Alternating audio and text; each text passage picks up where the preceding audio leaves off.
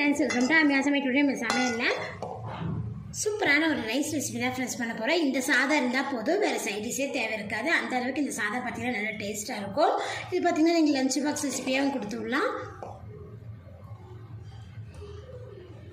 ஹெல்த்தியான இந்த variety rice எப்படி செய்யலான்னு வாங்க ஃப்ரெண்ட்ஸ் வீடியோவில் போய் பார்க்கலாம்.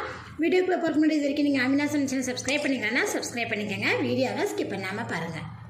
கடைசி சூடானமே இதில் 4 டீஸ்பூன் அளவுக்கு நம்ம இதில் எண்ணெய் சேர்த்திக்கலாம். எண்ணெய் சூடானமே இதில் கடுகு, உளுந்தம்பருப்பு, கடலைப்பருப்பு,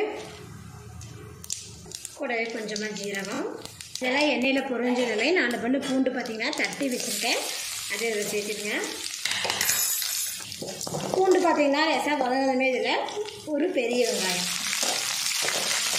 இதை லேசாக வதக்கி விட்டுருங்க. வெங்காயம் ஓரளவு நல்லா வதங்கினதுமே இதில் கொஞ்சமாக கருவேப்பிலை,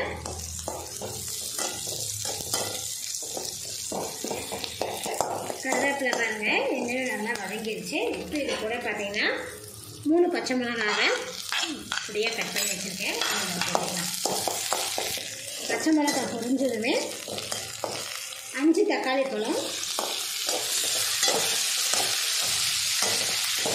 பார்த்தீங்கன்னா ஒரு அளவுக்கு நல்லா வதக்கிக்கணும்.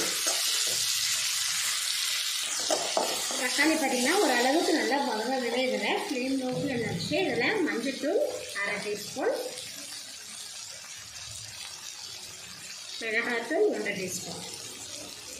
ஏற்கனவே பச்சை மிளகாய் வேறு சேர்த்துருக்கோம், அதனால் இந்த அளவுக்கு சேர்த்திங்கன்னா போதும். மசாலா பொடிகளை லோ ஃப்ளேம்லேயே சேர்த்துட்டு வதக்கி விட்டுட்டேன். இப்போ இது கூட பார்த்திங்கன்னா நான் 1/2 கப் அளவுக்கு கேரட்டு கட் பண்ணி வச்சுருக்கேன் சின்னதாக, அதை இதில் சேர்த்துடலாம். கூடவே 1/2 கப் அளவுக்கு கேப்சிகம். இந்த வெஜிடபிள்ஸில் கொஞ்சமாக உப்பு ஆட் பண்ணிடலாம். சேர்த்துட்டு இதை நல்லா மிக்ஸ் பண்ணிவிட்டு கேரட்டும் கேப்சிகம் பார்த்திங்கன்னா நல்லா வதங்கணும்.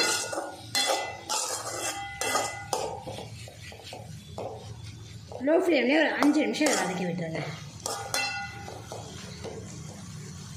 5 நிமிஷம் பார்த்திங்கன்னா லோ ஃப்ளேம்லேயே மூடி வச்சுருந்தேன்.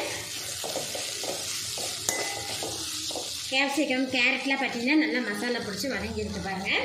இப்போ இது கூட பார்த்திங்கன்னா 1 கப்பு சாதம் பார்த்திங்கன்னா வடித்த சாதம் 1 கப்பு இதில் சேர்த்துக்கலாம்.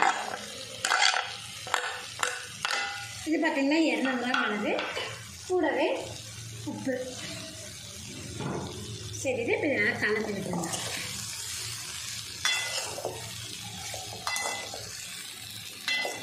சாதம் சேர்த்து நல்லா கலந்து விட்டாச்சு. இப்போ இது கூட பார்த்திங்கன்னா பொடியாக நறுக்குன்னா கொத்தமல்லி தலைகளை இது சேர்த்துடுவோம். சேர்த்து ஒரு டைம் நல்லா கலந்து விட்டுருங்க. அவ்வளோதான் ஃப்ரெண்ட்ஸ், நம்மளோட வெரைட்டி ரைஸ் ரெடி ஆகிடுச்சு. இதுக்கு வேறு சைடிஷே தேவையில்லை, அந்த அளவுக்கு இது சாதம் பார்த்திங்கன்னா நல்லா டேஸ்ட்டாக இருக்கும். இப்போ நான் ஸ்டவ் ஆஃப் பண்ணிடுறேன். நீங்களும் இது போல் ட்ரை பண்ணி பாருங்கள்.